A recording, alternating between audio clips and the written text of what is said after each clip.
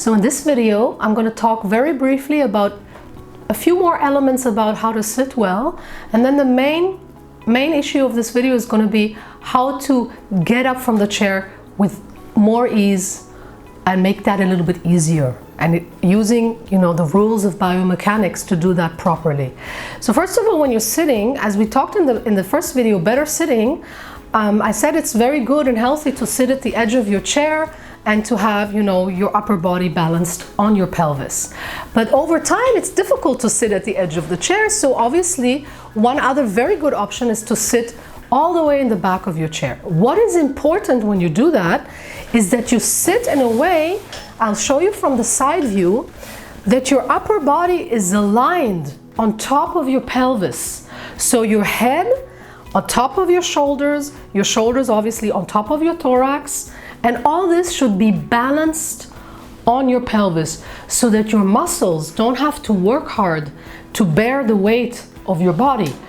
It's the skeleton that must bear the weight of our body. So we want to find a way to do this so there's no muscular tension and you're not wasting energy in something that is not needed. So you can use your energy to do movements that you want to make. So you have to notice this. I put a cushion here because if I take off the cushion, you will immediately see that the upper part of my body goes a little bit backwards and is no longer supported very well on the pelvis. And one can feel this. There's a kind of a strain. The neck muscles start to work to keep me forward. So be very much aware, and you can use cushions or anything that you need to give you that support, so that perfectly sitting would be like this. But now I cannot rest backward, and that's why I put that cushion. So I just wanted to remind you of that. So that's also, and in good sitting, you also want to think about the height of the chair, and that your hip joint is aligned with your knee. So the hip joint is back in there diagonally in. You want that to be aligned with your knee, and your knee should be above your ankle. What you don't want is to be sitting in a chair that has the back of the chair tilted backward, because sitting like this I will immediately get a strain in my back because my musculature has to hold me here and my upper back is back, and this will strain my neck and the musculature in my lower body. So this is not good. The lower part of my upper body, sorry. Okay, so that was just a little additional information about how to sit. And now I want to talk about how to get up. And this is a big and very important thing we all do many times a day. So let's say you're sitting comfortably in the back of your chair and having fun. When you want to get up, the cardinal rule is to take your pelvis forward, because standing up is bringing your upper body above your feet. So some people do it this way. They get up from here and they do something, which is straining your neck and straining your back. We don't necessarily want to do that. Sometimes you can't do anything else, but if you can, you move forward, you walk in your chair. Like this is an exercise we did in the better sitting video. You walk in your chair and you get to the edge. Sorry about that. You get to the edge of your chair, very much front, so that when I look down, I don't see the chair anymore, I see the floor. If I can still see the chair, I'm too far back. So that's a good way to know that you're sitting in the right place. You go all the way forward, you feel your sit bones that you're sitting on, and then of course, to bring my pelvis and my upper body on top of my feet, I'm going to tuck my feet back in. And 99% of people do this automatically, even people who have movement impairment and even people who are very elderly. So you will probably automatically be taking your feet and tuck them back in. If you look down now, your pelvis is kind of on top of your ankles already, on top of your heels at least. So now the distance between my pelvis and the feet is small. And now I stand up and I sit back down. Now a lot of people, when they sit back, they want to see where they're going. They need to visualize the new orientation. So you may want to do that. And it's good maybe to not use both your hands to do that, but just one hand. So that's fine. It's very important when you do these exercises to do what is comfortable for you.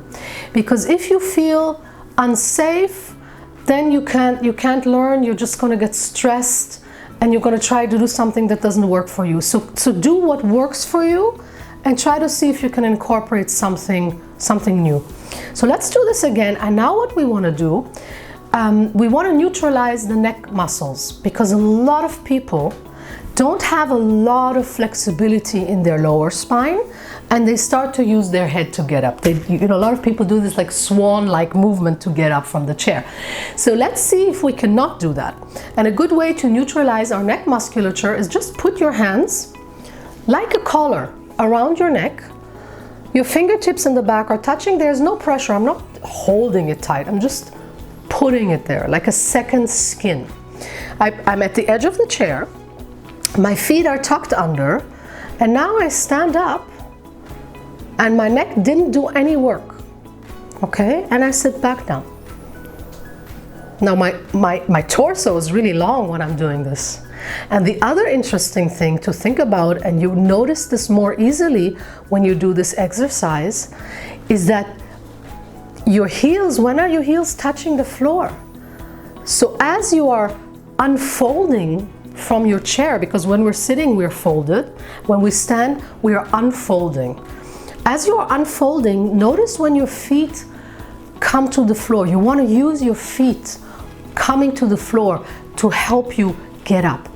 And you also have to remember that 55% of our body weight is in the upper part of the body, including the pelvis. So let's say on average that's about 40 kilos. When you stand up, you have to bring those 40 kilos on top of your feet.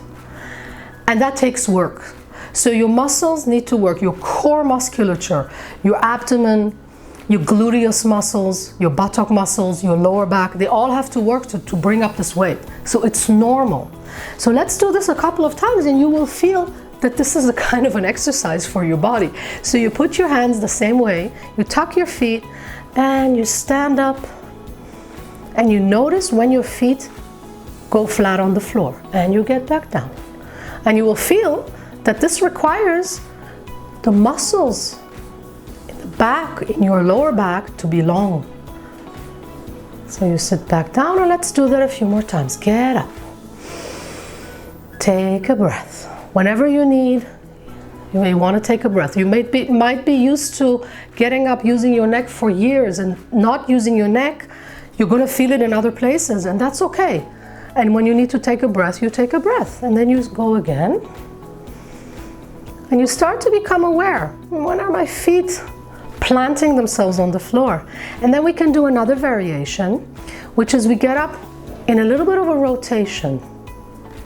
So that means that my feet and my pelvis are no longer parallel, and some people really love this. You might have a little problem in your hip joint on one side, you might have a little problem in your knee.